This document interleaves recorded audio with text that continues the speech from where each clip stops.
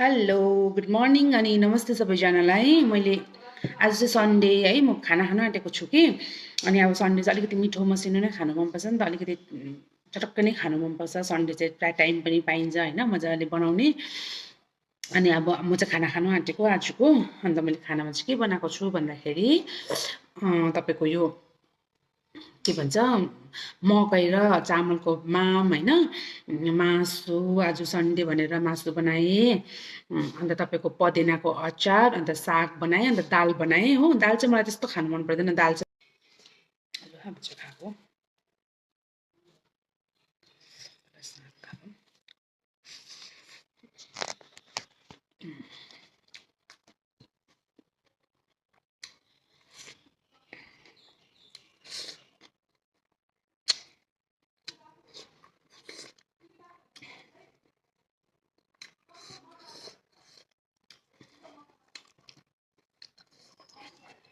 दामी बस्छ।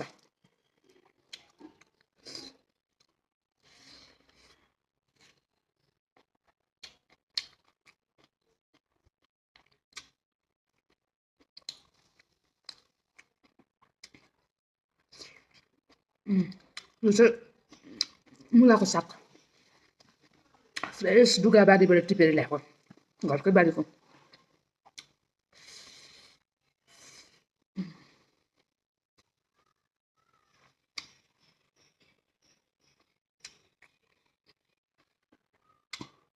यस्तोसँग चाहिँ डल्ले टोक्नु मजा आउँथ्यो क्या।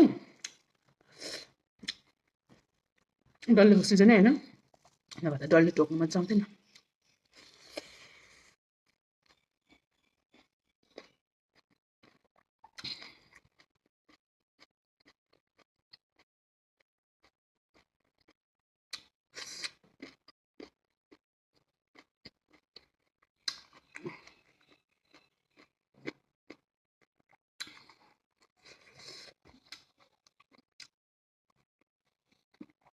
अचार, पदिनाको अचार चाहिँ गरममा डाइजेस्ट गर्छ नि मासुहरू।